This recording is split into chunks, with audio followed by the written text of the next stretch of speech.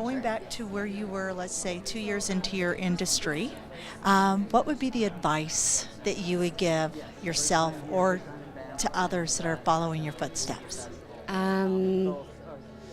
Be fearless. Be passionate about what you're doing. If you're trying to sell a project, make sure you care about it deeply. Educate myself more about the business of show.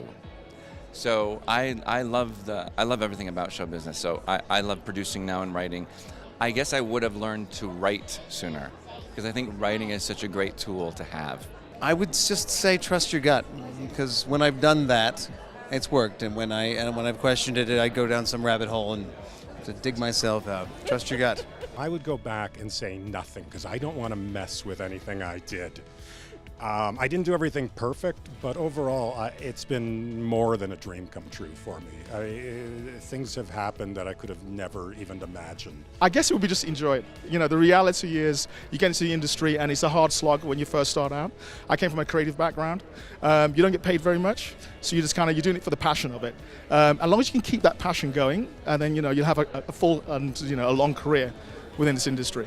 So my advice would be sort of keep the passion and keep it going. It's about mentors and people and allies and mentoring as much as it is being mentored and helped.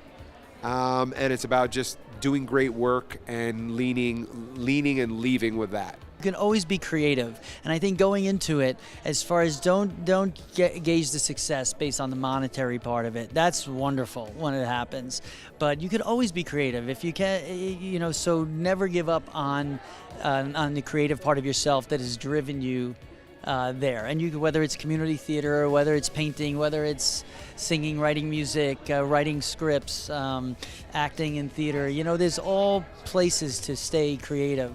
On top of that, if you could figure out a way to make a living at it, then that's, you're in that small percentage. Icing on the cake. Yeah. So, and I think that's kept me grounded. And family always, I've always kept one foot in and one foot out.